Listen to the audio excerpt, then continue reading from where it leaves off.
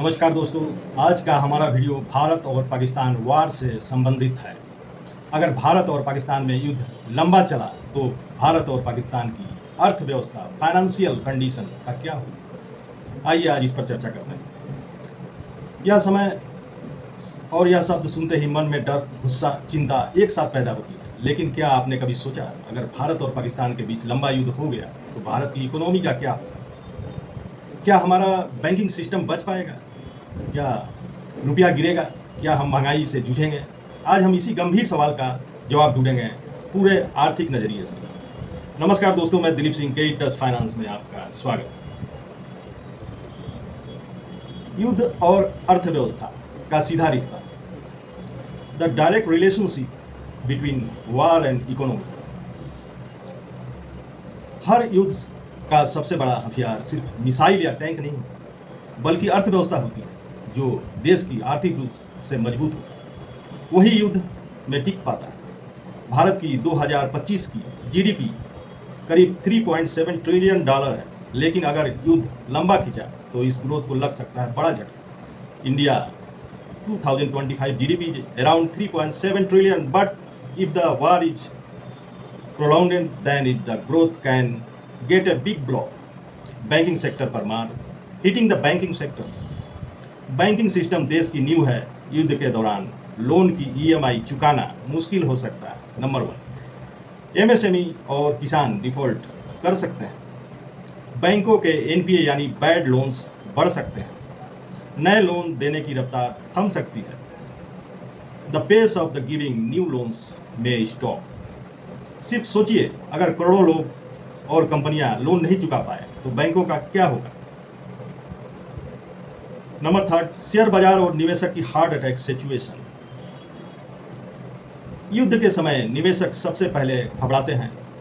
Investor are the first to panic during the war. Sensex और Nifty धड़ाम से गिरेगा। Sensex and Nifty will fall in full swing. विदेशी निवेशक अपना पैसा खींच लेते हैं। Pull their money for an investor. Mutual funds में घाटा, शिप्स में रुकावट। Losses in mutual funds, blockage in ships. सिर्फ एक दिन की अनिश्चितता में बाजार 2000 से 3000 अंक गिर सकता है। ये आपकी जानकारी में है। द मार्केट में fall bye 2000 to 3000 point just a single day of the uncertainty. Number 4, रुपया और डॉलर की जंग, रुपीस एंड डॉलर वार। जैसे ही युद्ध शुरू होता है, रुपया कमजोर होने लगता है। As soon as the war being the rupees starts weakening, dollar की डिमांड बढ़ती है। The demand for dollars increase. RBI को इंटरफेयर करना पड़ता है और रिजर्व घटते हैं। RBI has to interact and the reserve decrease. Import महंगा हो जाता है, जिससे महंगाई बढ़ती है। Imports become expensive swing and increase inflation. तेल की कीमतें जनता की जेब पर असर डालती है। Impact on oil prices and the public pockets. Bharat 80% से ज़्यादा कच्चा तेल आयात करता है। India imports more than 80% of crude oil.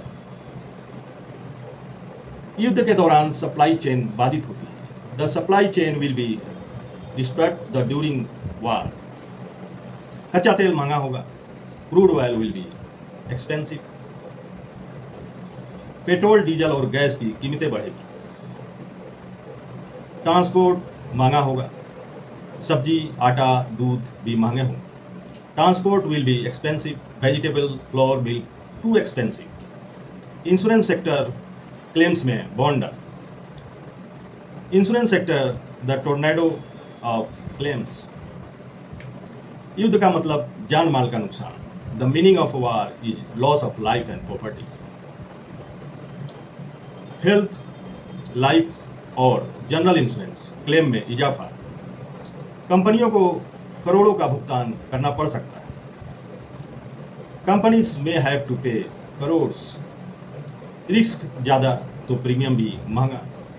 Higher risk so premium too expensive. Manufacturing और एमएसएमई की तबाही। एमएसएमई सेक्टर भारत की रीढ़ है। The MSME sector is the backbone of India, you know about that. युद्धकालीन स्थिति में कच्चा माल नहीं बिकेगा, raw materials will not be available in war time condition, transport और बिजली की लागत बढ़ेगी, संभव है, एक्सपोर्ट ऑर्डर्स कैंसिल हो सकते हैं, लाखों यूनिट्स बंद होने का खतरा, कृषि क्षेत्र में अनदेखी तबाही, गांवों में युद्ध का असर सीधा नहीं दिखता लेकिन असर होता तो जरूर है, मंडियों तक फसल नहीं पहुंच पाएगी,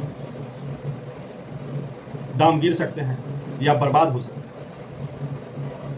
किसान कर्ज में डूबेंगे, real estates and construction sector में रुकावट। जब देश में युद्ध हो रहा है तो लोग घर खरीदने नहीं जाएंगे, पहले जान बचाने की सोचते हैं, सारे प्रोजेक्ट रुके हुए, निवेशक गायब, बिल्डर्स पर कर्ज का भार, सरकार का बढ़ता बोझ, फिजिकल डिफिसिट, रक्षा बजट बढ़ेगा, डिफेंस बजट विल इंक्रीज, युद्ध में हर दिन करोड़ों खर्च होते हैं, the wars cost crores every day, लेकिन टैक्स कलेक्शन घटता है, but the tax collection decrease, जिससे सरकार का घाटा यानी फिजिकल डिफिसिट बढ़ता है। इसका असर देश की क्रेडिट रेटिंग और विदेशी कर्ज पर पड़ता है। The affects the country credit rating and foreign debit. आम जनता की जिंदगी महंगाई, बेरोजगारी, तनाव में गुजरती है। युद्ध का असर सिर्फ बॉर्डर पर नहीं होता, हर घर में होता है। नौकरी छिन सकती है, कारोबार ठप हो सकता है, महंगाई आसमान छू सकती है, भावनात्मक तनाव और मानसिक स्वास्थ्य भी गिरावट में आ सकता है। समाधान और तैयारी करनी होगी। हमें प्रार्थना करनी चाहिए कि युद्ध न हो, लेकिन अगर हो तो देश की तैयारी कैसी होनी चाहिए? आर्थिक रूप से आत्मनिर्भर बनना, रक्षा और विकास के संतुलन,